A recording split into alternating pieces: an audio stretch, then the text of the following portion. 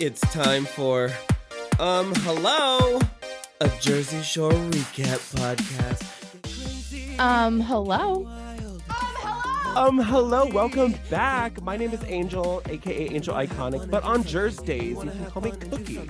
And I'm GWOW. Together we are Cookie and GWOW, and this is Hello, your Jersey Shore episode by episode recap podcast. Best season 3, already on episode 4. It's called Free Snooki. Of course, she was in jail, and honestly, regrets for not having a shirt that says Free Snooki, but I love that their easy access to the t-shirt shop means that Jenny can immediately throw one on. I know, I wish they would have showed them making it because it sort of just appears on their bodies and they never mention it. No, that would have been perfect if they had gone back to the t-shirt shop and been like, Danny, we need an emergency shirt. Like, I want that scene. Yeah, I do too. And I know they filmed it and I wish it was there because, well, the whole Free Snooki thing went quick. Like, started off the episode with them being like, oh no, Snooki's arrested. And then all of a sudden they were picking her up. It happened very quickly. I wanted a little more tension.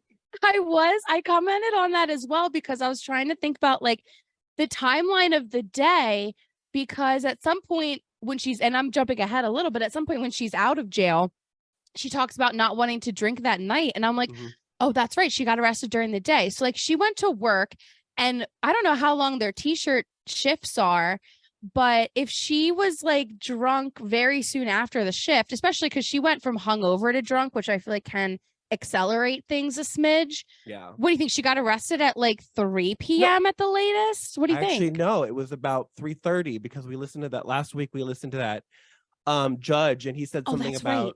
Yeah, it was about 3:30.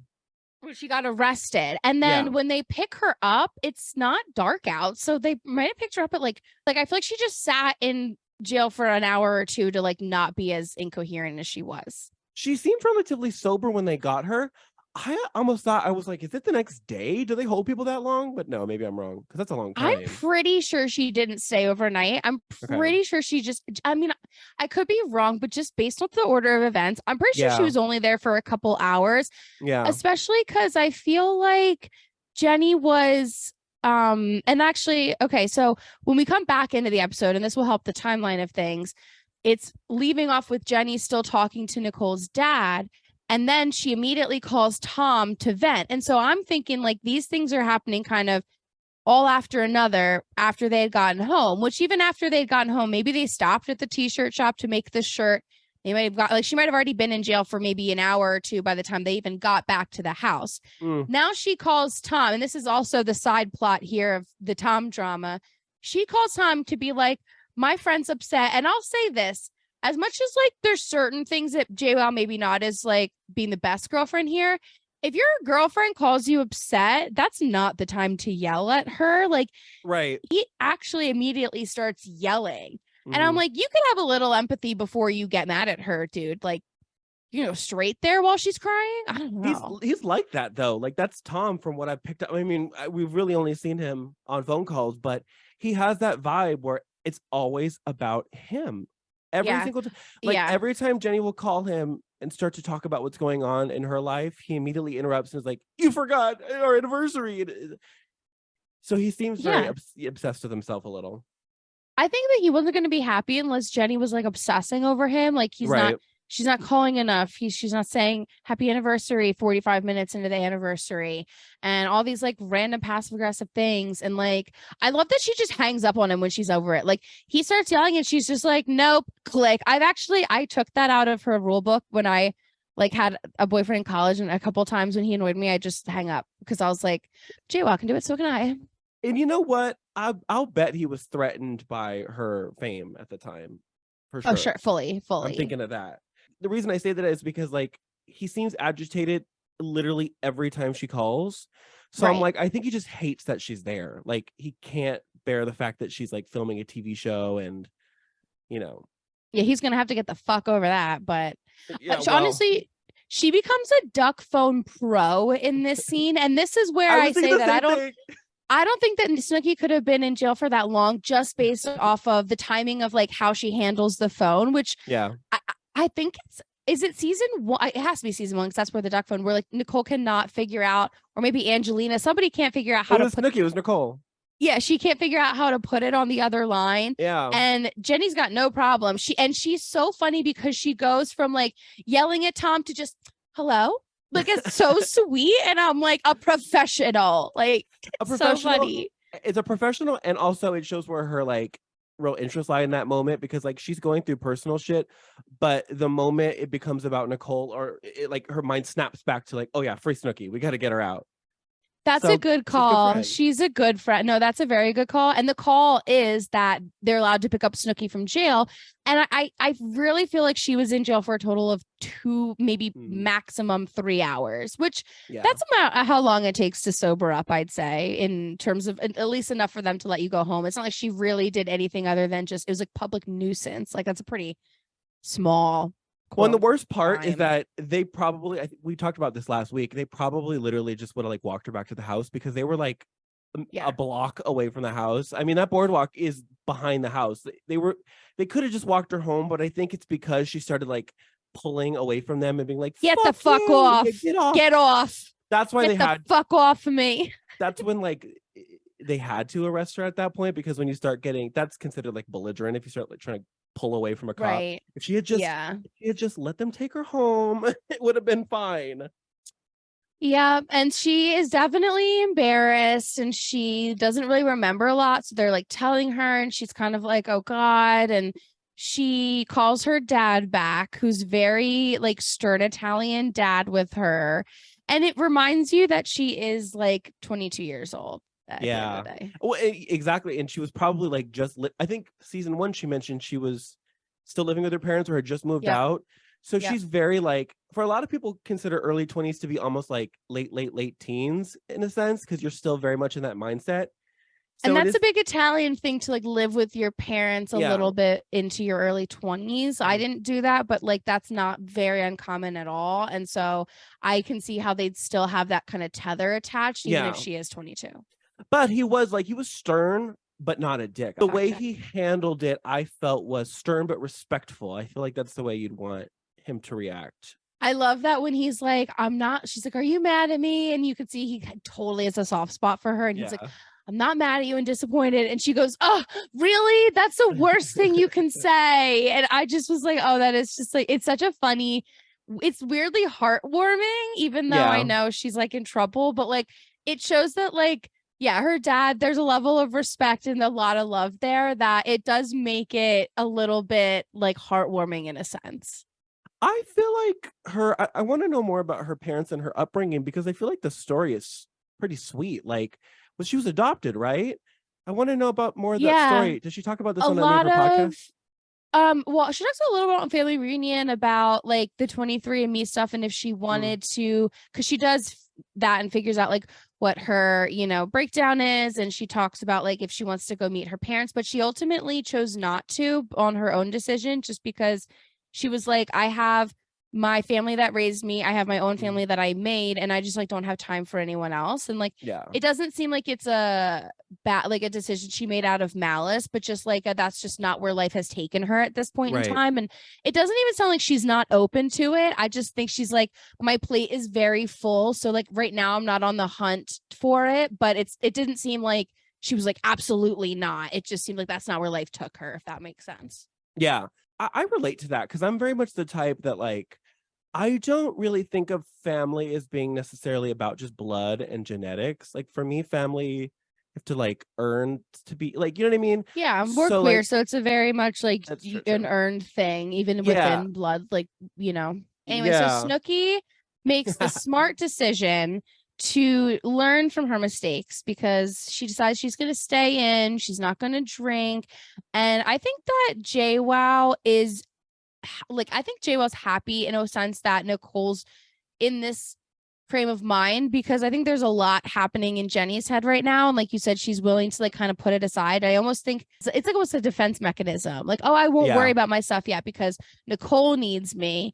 And so they have some like real talk. They call it like a girls' night sort of, where they're just on the roof having some like real conversations about love. And I wish we got more of this, because I felt like it was very relatable, especially to someone who was like a girl dating guys in that time of like 2011ish is when this episode came out. Like, I really would have loved more of this scene. It was so insightful and I loved it. Yeah, and we learn a lot about Nicole for sure, because she says she is aware that she's been drinking too much. It's not lost on her, and that she feels like the reason why she's been drinking so much is because it's sort of the only way she can have fun, because when she's not drinking, her mind goes to like her shitty situation with her ex, who she just broke up with, because they broke up in season 2, but they filmed 2 and 3 back to back. Right. So at this point, it still hasn't been very long. Right. And I think she also, not just him, I think she's sort of realizing that she has shitty taste in men and that a lot of the guys she's with do her dirty. And so she's just drinking to distract herself, but she knows that it's not really the right answer. And so it was a good moment. And Jenny says she wants love so bad that she keeps allowing the wrong men in, which is very relatable. Yeah, I know a lot of women who are like that, where it's like they just want to be loved so bad that they'll lower their standards. And the bar's already so low for men that like it's unfortunate. But like I just thought this was such real talk, and I loved how vulnerable they were willing to be in this moment. I thought it was really sweet. Well, and it's vulnerable, and it also shows a lot of maturity on both of their parts, because like we get a lot of moments of them being very childish, immature, sloppy, messy. But it's moments like this where they're like, you could tell they're actually smart and they know what's going on. It's good for them. I love it. And I love best friend moments like this. I always forget that Snooki and JWoww, they're best friends. I know. I love their dynamic. So this was really fun. Yeah, it was good. All right, well, we have more to talk about. But should we take a break? We should. Can't get enough of hello? Never. Well, check us out on social media. We're on Instagram and TikTok at hello pod. And if you are listening to us, but you'd rather be watching, you can go to patreon.com/hello. There's also going to be tons of bonus content, including bonus episodes and behind the scenes, like how I got my Snooki pove. And last but not least, if you're a brand or you just want to give us money, send us an email, a professional email at hellopod@gmail.com. All right, let's get back to the show already. Okay. Hello? Hello. We're back. We are back, and I thought that Dina was going to stay in on the girls' night we were just talking about before the break, but she actually is going out. She looks absolutely beautiful in this little yellow shirt with the yellow sunflower, whatever flower in her hair. I think she looks so pretty. And she is like, yeah, I'm going to come out with the guys and be a good time. They go to Bamboo, and the guys get a taste of what a great wing woman Dina can be. Oh, she's excellent, because she has such that like charismatic energy that she attracts women to their circle. So she's like, just her presence is bringing women in because they just want to hang out with her. She's a blast in a glass. And I don't think Dina identifies as bisexual, but this was the party girl era where by curiousness, which isn't like my favorite term, but it was very acceptable for party girls. And so she's very much like, come do body shots off me and then let's make out. And then here's my friends. Hey, friends, don't you think their boobs look good? So the guys are like, Dina's fucking awesome. And they're like, MVPD. And I just think, like, not to keep comparing them, but like Angelina could never. I was thinking the exact same thing. This is an exact parallel to the season 2 moment where Angelina invited herself and cock-blocked and ruined their whole night. Dina's like the exact opposite. This was the other great thing, is that Dina eventually says, okay, I do want to get a guy. And when she gets the guy, not only does like the whole crew like accept him, but they get to have a joke out of it. So I feel like this is ideal in the guy's head, where they're like, this girl comes out, she's a wing woman for us, she's super fun as our friend, and then when she does find a guy, we get to like have fun with him and make a joke of him. Like, how perfect is Dina? I mean, obviously we're already obsessed with her, but I'm just like watching this, I'm like, even those guys in the house must have been like, this is the coolest addition to our crew. You know what I mean? Yeah. Well, and keep in mind, this is only her 4th episode of TV. She's still brand new. So she made a great first impression. I think that they're at this point, I've been trying to keep track, and I think this is about a little over a week that they've been there, which in grand scheme of things is they hardly know her. So you're right. It's still like very soon off. It's a great first impression. She just fits in immediately. Because I think about it, like, how scary would that be after two seasons of to jump into that. So good for her. I know, I give her so much credit. And she said in the first episode when she was coming to the Jersey Shore that Ronnie was more her type, which I don't think she literally means Ronnie, especially after she gets like a taste of his personality. But I get that, like, she wants a big, stocky kind of guy rather than someone who's like lean, like Paulie or Vinny. And she meets Dean, aka Ronnie 2.0, basically, which is just so perfect. And the guys have a field day. He does look a lot like him, especially from behind. There's a couple times when they shoot him from behind. I'm like, that is Ronnie. He has the same body. He's like about the same height, same haircut. They put him in when he comes back to the house, they put him in a confessional and he does the hand thing that Ronnie does. And that I'm like, yeah, no, they look like they could be at least cousins, if not brothers. Oh, and then the funniest part is that, of course, you know, drunken Paulie and Vinny are kind of trolls. So they go and wake up Ron and Sam to show them Ron's twin, and Ronnie fucking knows the guy. He's like, oh, this Dean? was one of the best episodes because of this whole saga, because it's so funny that they're like, it's Ronnie 2.0, it's Ronnie, and it's already hilarious. And then, yeah, Ronnie's like, is that fucking Dean? And everyone loses it. They're like, they fucking know each other. The Ronnies know each other. And then Ron lets it slip because he's like, oh, and get this, Dean has a girlfriend whose name is also Sam. And you see Dean kind of like look like he doesn't want Dina to hear this because he's like, he's like, oh, is that true? And Dean's like, yeah. But he's saying it like he doesn't want Dina to hear. But I just think that's so funny. And what's even funnier about that is when they were at the club and they're making jokes to him and they're calling him Ronnie and stuff. They're making jokes about him being Ronnie and they're saying, we're going to tell Sam. We're going to tell Sam. But now that's extra funny because that's literally his girlfriend's name. So I don't even know if that clicked for Dean or if he just thought that they were joking about like his actual girlfriend. Either way, it's all brilliantly done. It's so funny. It really is. And we were talking about this last week about what a small town Seaside is, because everybody knows goddamn everybody there. You really like, that's why it's surprising to me how many girls they brought home. And it's like, were they bringing home tourists and stuff? Because like, are these Seaside girls? Some of them are, because they returned in season 1 and 3. And I don't know. It's like, it's such a small world. I don't know. We are not done this season with small world things happening. Right. There's going to be more of that. And I'll hold off on it. But like this is the season of how fucking small can Seaside get?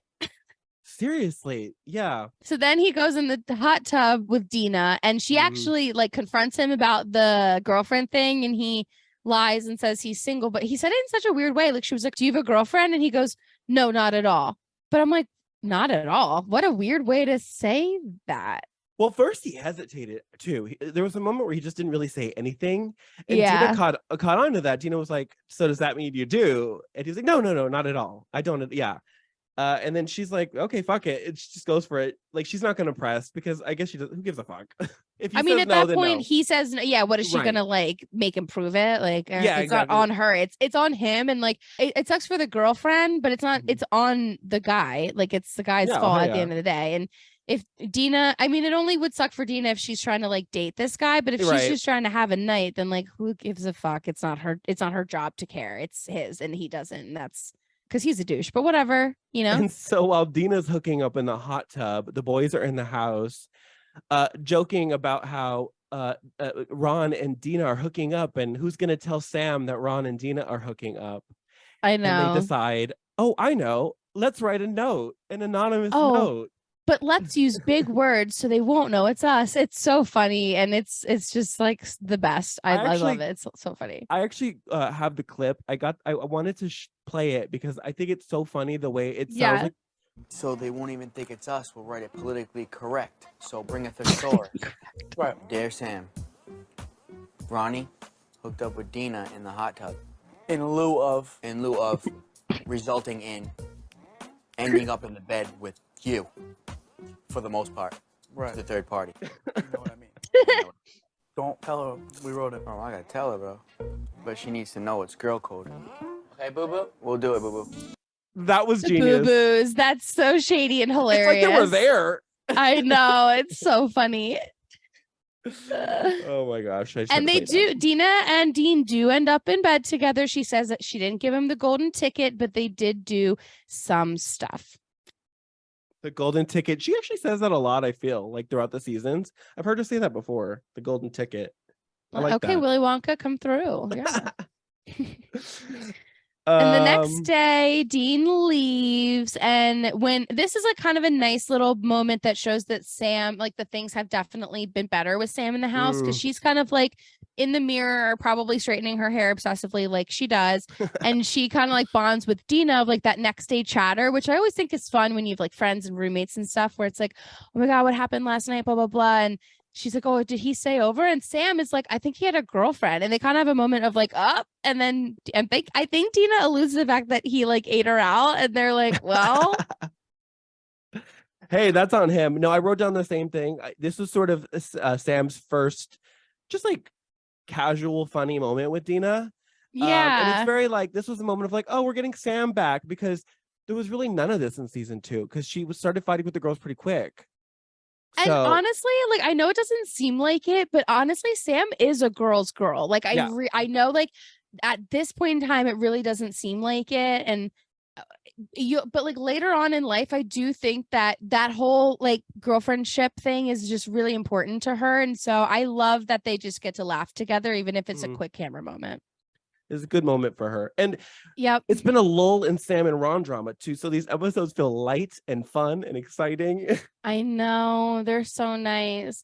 Now we're not shy of the interesting editing, because it goes straight to nighttime. They woke up, they had this conversation, and then it's instantly the nighttime and they're getting ready to go back to Karma.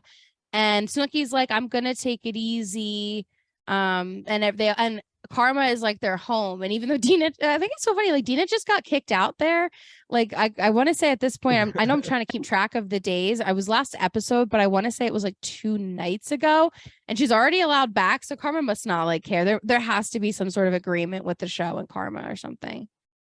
Well, actually, I didn't even think about that. Like when you get kicked out for being too drunk, do they like blacklist you for a while? It depends. Not always. Well, like usually if someone gets kicked out, they like kind of give it a minute before they go back. They don't really just like show right up, because if you do show back up and do anything wrong, like if you do too many things back to back to back, that's when you're going to get 86.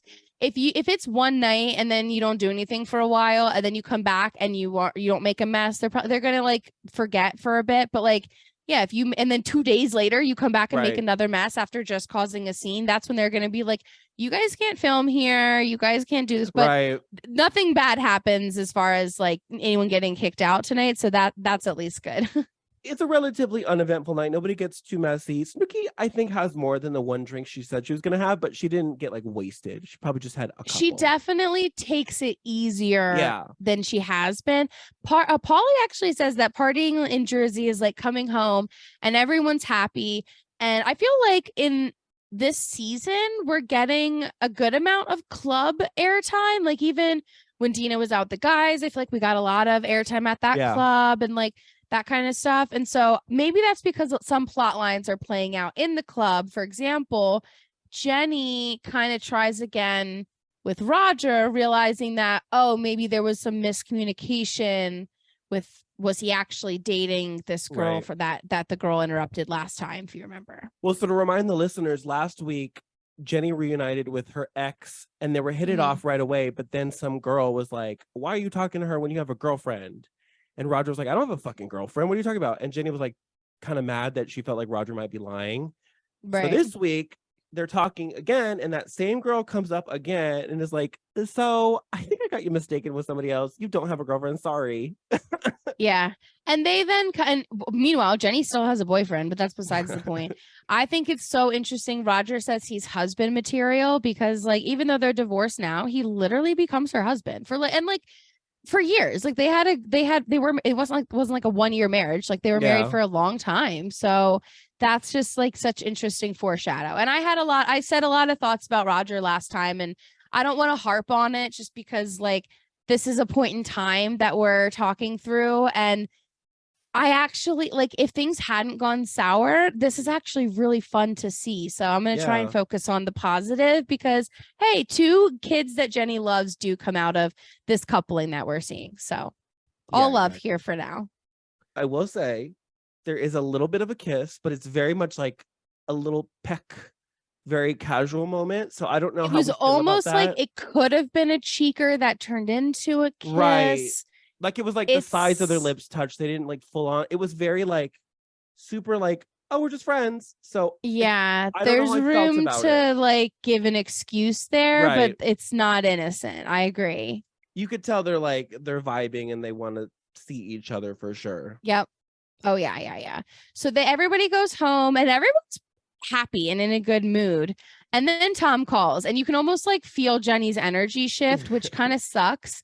And like everyone is really like nice in the house. I think Ronnie's kind of shady in a confessional, like calling out Jenny's hypocrisy, being like, well, she's all up in my business, so why aren't I up in her business? And the difference is that your business is cast members in the house that Jenny was living in, and Jenny's business is in a fucking other state that you don't need to be concerned about. But like, I do see the hypocrisy, but I just am like, Ronnie, shut up. Shut the fuck up. And also, it's the situation is not equatable.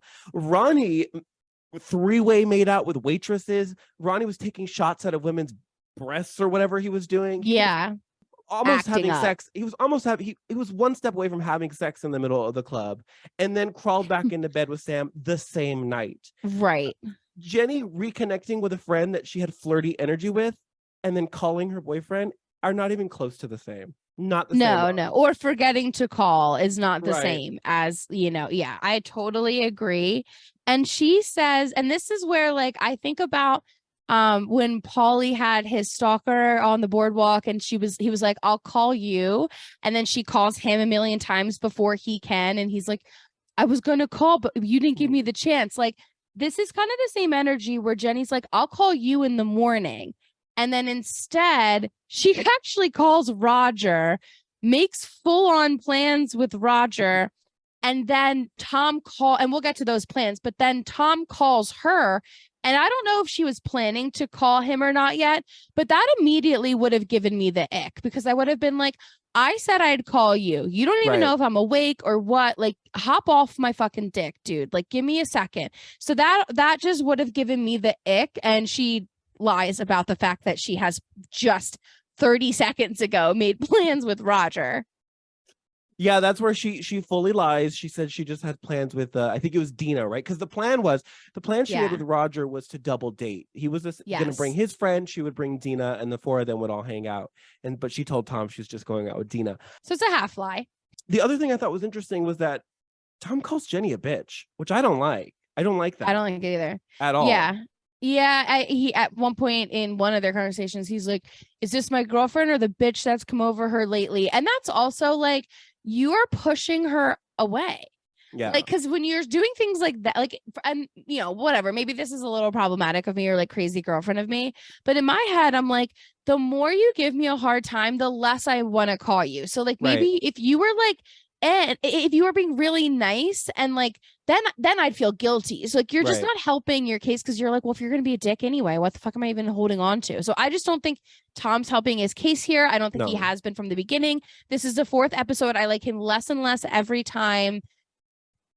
So back to Roger. well, real quick, I want to say to that point that somebody made a TikTok that with it like advice, like an advice TikTok.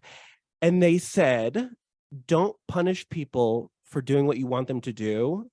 Like if you really want someone to call you for not doing or no, don't punish someone for doing what you want them to do. So like if you like, let's say you feel like your friend doesn't call you enough and they finally call you, don't be like, oh, look who finally decided to call. I've been waiting. They just called you. They just did what you wanted them to do. Why are you making them feel bad? And so that's great advice. Right. So that's what Tom is doing. He wants Jenny to call him more, and every time she does, he gives her shit. So why would she want to call? I totally get that. That makes a lot of sense to me. So when she finally gets off the phone with Tom, she goes on this little double date. It's pretty quick.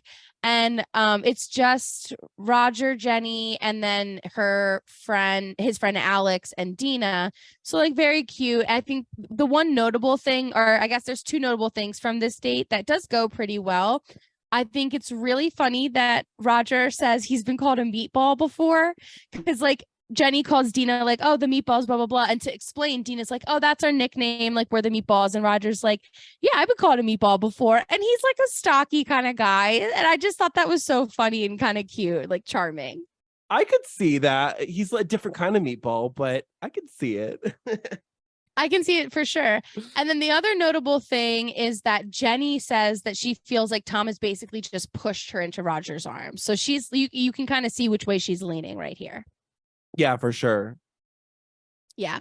So then we leave the guys, we go back to our OG crew, and we get a nice little fun night. It starts with Nicole and Jenny having a conversation. And I kind of like, I don't know what your take on this is, but I don't feel like Jenny was being the most supportive. I got the same thing. I don't think she had any malice, but I think maybe she was off a little bit in the way she was speaking, because Nicole starts saying, I said I wasn't going to drink last night, and I had a couple drinks, and I kind of regret it because I really want to stop. I think I should stop because maybe I have a problem, and I think I should just, cold turkey for a while. And Jenny was like, are you sure, not drinking at all? Like, not even a little? So she's like, well, what about wine? Because that's not and I think that this is such a I know this seems innocent, but I think this is a bigger commentary on if people are going to get sober, it's really important who you surround yourself with, because there are those people who will push you and prod you, and they don't even mean to be leading you astray. They just don't even realize it.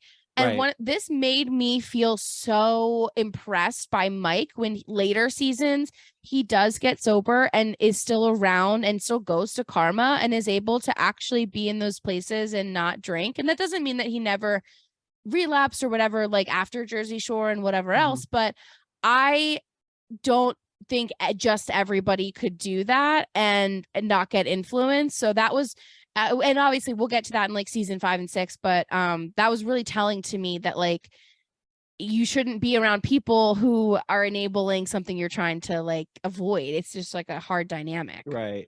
Well, because they became friends on the show, so a lot of their relationship was based around, I mean, they had sweet moments and they had moments where they had real conversations, but a lot of their friendship was based around drinking and partying together. So true. I could see it'd be definitely change the vibe if one of the people stopped drinking. Jenny must have been worried. Yeah. And it's hard to when that's a lot of what the show is about. And I kind of think it takes Snooki getting pregnant to be okay, well, we really can't push her now, which she really changes her tune, and we're way ahead of ourselves. So yeah, I know. Back to this little fun night here. Do you remember the days of those little handheld flip cameras that you would it was before camera phones, and so it was a real novelty to have a camcorder to make little funny home videos with and stuff.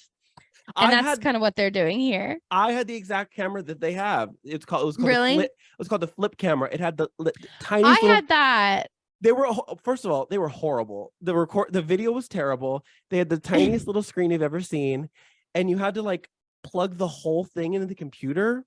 Yeah. And mine was so heavy that at one point it broke the USB on the computer. It broke my computer. Oh, I was no. so pissed. Oh, that's so annoying. Yeah, those were fun though. And this is a really hilarious moment. We're going to do it for the quote later on, but they're interviewing Snooki's poof and Jenny's boobs. And it's just pure just joy and fun and goofiness. And I love it so much. It's just the best. I love when that poof comes out. It's it's such a moment. It's I feel like that's her alter ego is Poof Snooki. When she puts it on, it's she's a whole other person. I know, it's iconic. It's such just a legendary thing, the poof. And people really did wear their hair like that. Hers was a little extreme, but people were poofing it. Remember the bump its? That was a whole thing in this time. Bump its. I forgot about that. Remember those infomercials? Yep. Oh, and all the hairstyles were so ugly. They've definitely not aged well. Even when people redo the Y2K hairstyles, some of them are very cute and bubblegum pop kind of, and no one is recreating the poof. Although, I hold our breath, maybe it'll come back around, but I just don't know about that one. Well, I do have to say before we take a break, in regards to Y2K in general, is that a lot of teenagers, kids who weren't really around then, they're very oh, we're doing Y2K. No, you're not, because you're doing 2023 inspired by Y2K, because the early 2000s fashion, like I would say the year 2000 through like 2012-ish, that like 12-year period, it was mostly terrible. The hairstyles were ugly, the clothes were ugly. It was a mess. And so you don't want to really recreate it. You want to. No, you're right. They've picked certain things that actually could be cute and they've modernized them. Right. And so it is a Y2K inspired outfit more than it is exact, which I think that happens a lot. Like even when you recreate 70s inspired, 50s inspired, like we take what was good from those decades and then we kind of leave the things that haven't aged as well, you know. But anyways, that was a tangent, so we should take a break. Okay.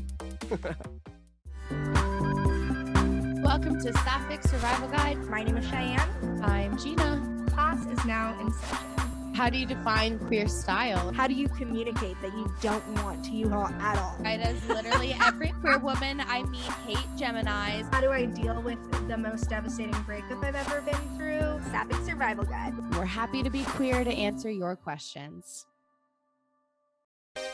Hello. And hello to you. We're back. It's the next day and they're going to go to work. Before they go, this is a very small thing to note, but I think it's worth mentioning that Nicole calls Ryder and make plans for her to come, which I'm assuming she does in later episodes. We haven't watched yet, but that just seems like a horrible idea for two reasons. Number one, you were just all pissed about her fucking Vinny. And number two, you just wanted to say you didn't want to drink that much anymore. And isn't Ryder your drinking friend? Like they don't totally have a friendship out of like getting fucked up. And like Ryder's not that great of a friend where like she's going to come and be cool with the fact that you're not drinking. Maybe that's my like, I'm protecting Snooki in that way. So it is right before they go to work and it's small to mention, but I just think it's worth mentioning like Snook, that wasn't maybe like the best idea. So we'll see. Well, it doesn't, nothing else this episode. So we'll see on that later on. But then they go to work and it is Nicole, Jenny, and Pauly. And I think it's cute. At one point, Jenny's kind of asking for Pauly's advice. And Pauly, just so sweet, is like, you seem really happy and I think you should go with who makes you happy.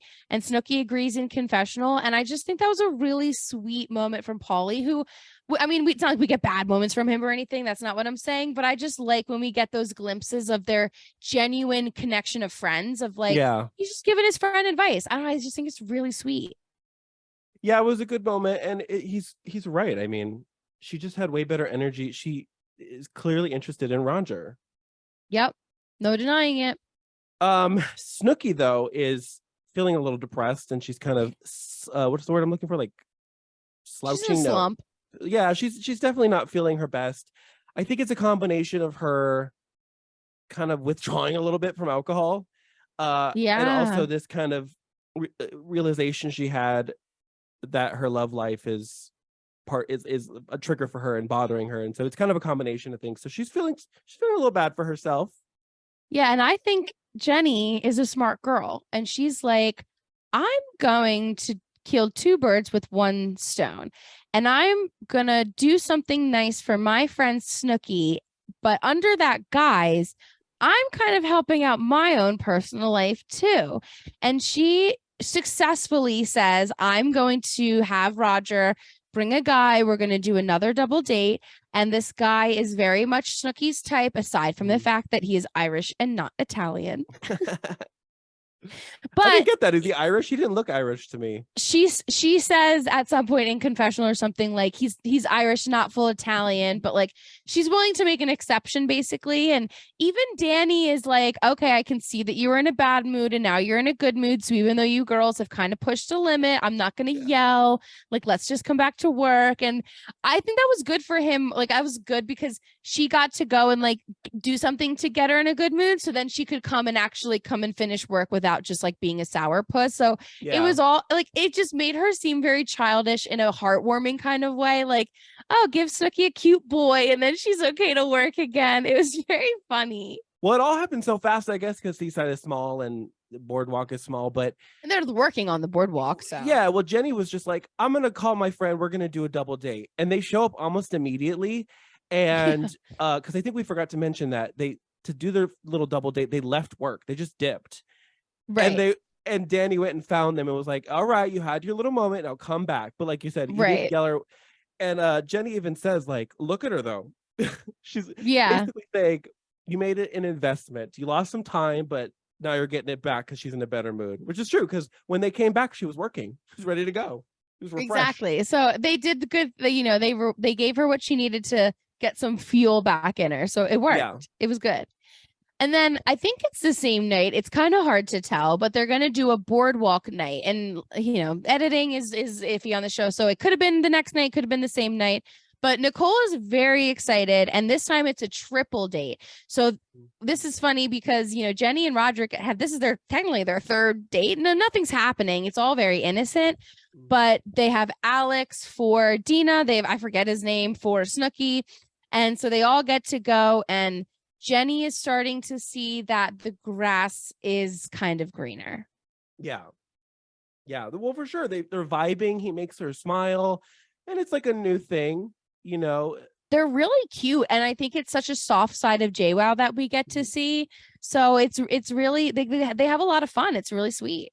All the boardwalk dates are always cute because they always go on the little rides. Yeah. The little, it's wholesome. They went on like the spooky ride where things pop out at you. And that's I feel like that's a cute date, is to go on like cheesy carnival rides. Yeah. Now, I don't know if everybody comes back, but I know at least the guy with Snooki comes back. And I know Roger stays over with Jenny. Mm-hmm. And does Snooki have sex with him? Did they smush?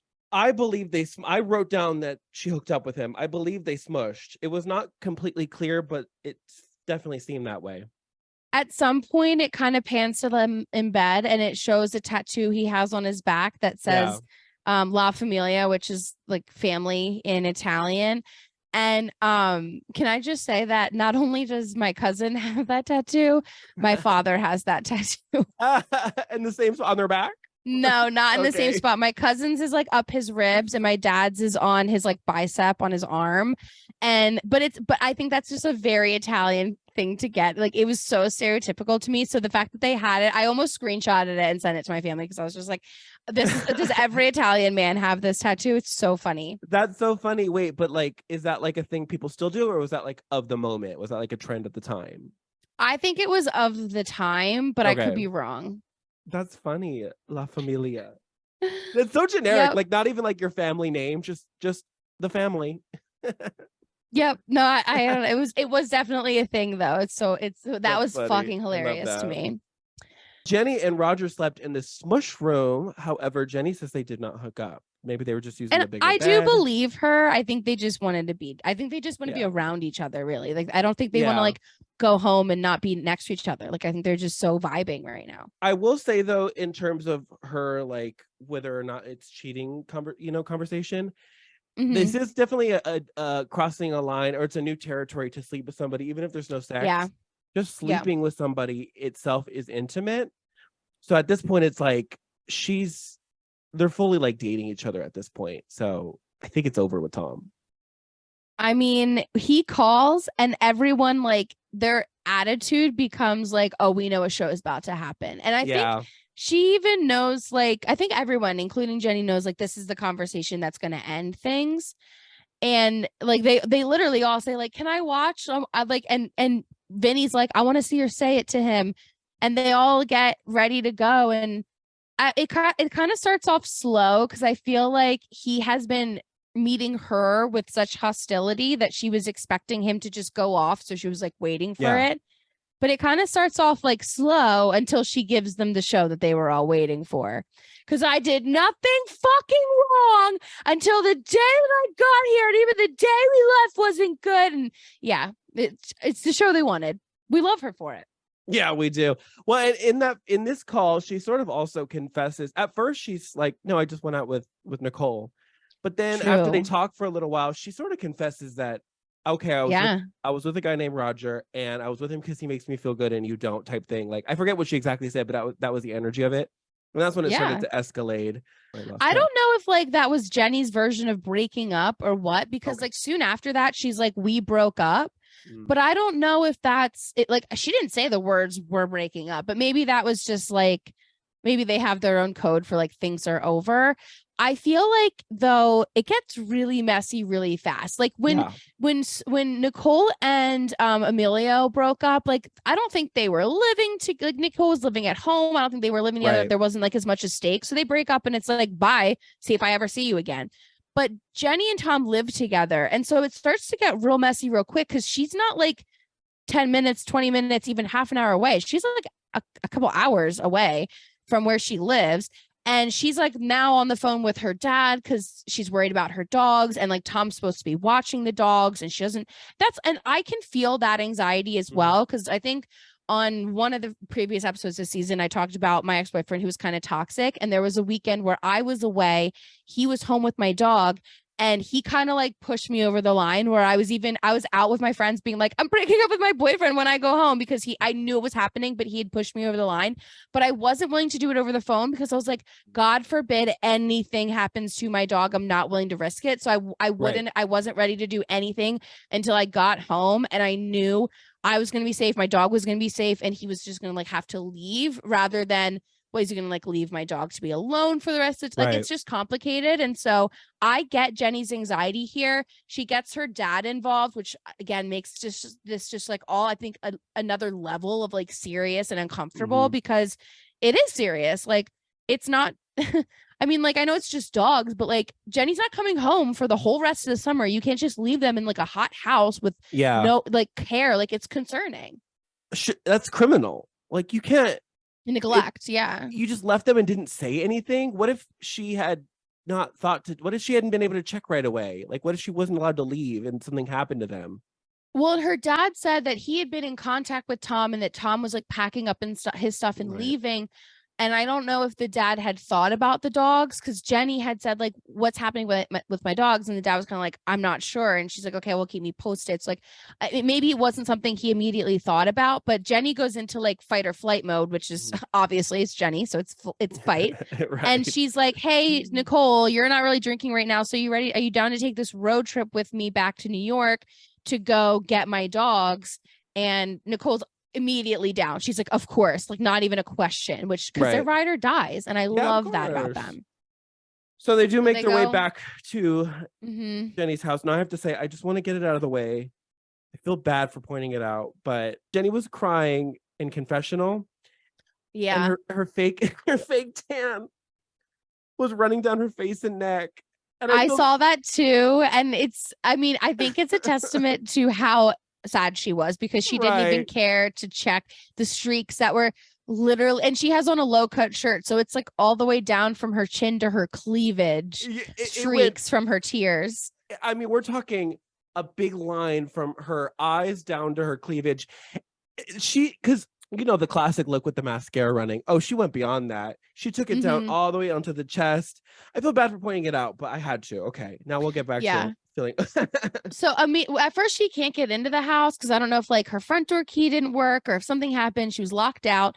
They went around back. They got the keys and they got the dogs. They even saw the dogs from the window.